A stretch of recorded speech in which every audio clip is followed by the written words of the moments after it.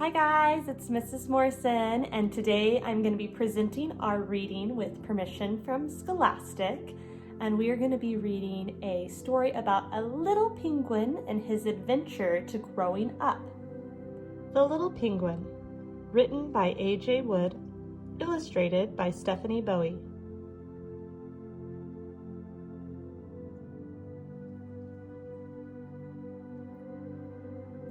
Days passed.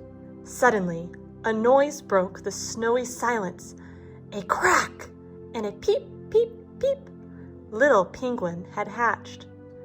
At last, said Big Penguin, looking proudly down at his chick. Little Penguin was covered in tiny soft feathers as gray as the mist that rolled in from the faraway sea. One day you will be an emperor of the ice like me, his father told him. Little Penguin gazed up at his father and peeped softly.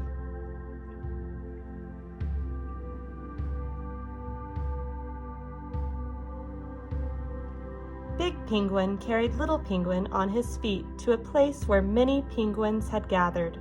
There were adelies and chinstraps, gentoos and rockhoppers, and great emperor penguins just like Little Penguin's father.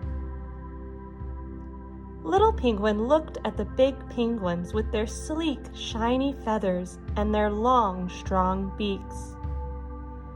He wished more than anything for the day when he could look like them.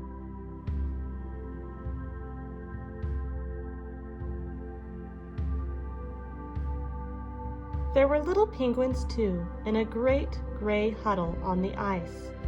"We will be safe and warm here while you grow stronger," said Big Penguin, "but soon we must set off to meet your mother and swim in the deep waters of the ocean. Stay close, Little Penguin, for it is cold and lonely out on the big ice plain. It is easy to get lost." But Little Penguin was too excited by the thought of the sea to listen to his father's warning.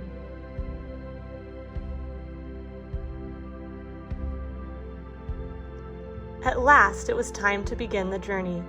Little Penguin stuck close to his father, but as the day wore on, he began to grow bored. Ahead he spied a great bank of snow with a strange creature sitting on top. "I wonder what that is," peeped Little Penguin, and he wandered off to take a look.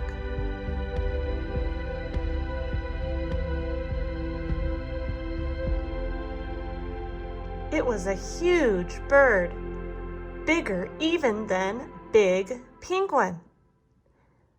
"And who are you?" snapped the bird. "I am Little Penguin, and one day I will be an emperor of the ice like my father."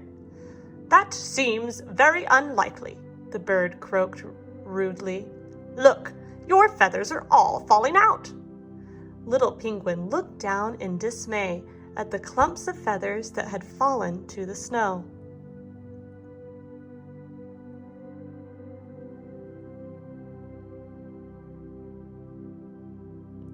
He peeped for his father, but there were no penguins in sight. "What do I do now?" cried Little Penguin fearfully. "Which way did they go?" The strange bird just flapped its great wings and took off into the sky. Little Penguin started to walk across the snow. With every step, more of its feathers fell around him. "Soon I will have no feathers left at all," he peeped sadly.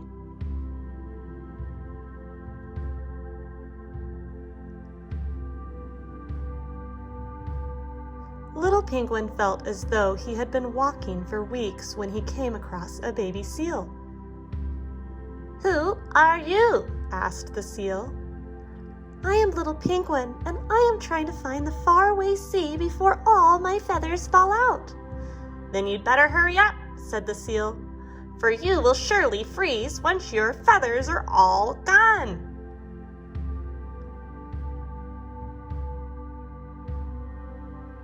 So Little Penguin walked on, even as night fell. Then he noticed something strange in the distance. It looked like a giant sheet of ice, but it shimmered and rippled in the moonlight. Suddenly, 2 penguins came hurrying toward him. his mother and father. "We looked everywhere for you," said his mother, nuzzling little Penguin with her beak. "Come, swim with us in the ocean."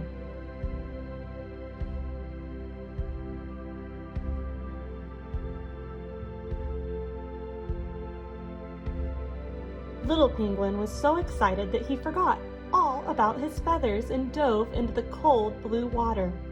How different everything looked! He watched the other penguins dive and dart through the shadows.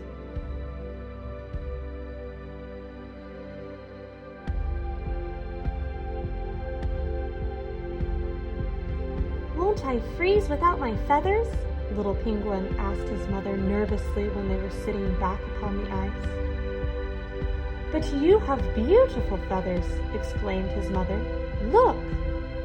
And when little Penguin gazed at his reflection in a spot of smooth ice, he saw for himself his soft gray feathers were gone, but new ones had grown in their place.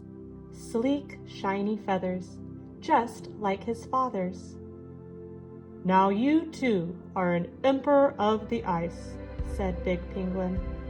And Little Penguin felt excited and proud, for at last he knew it was true.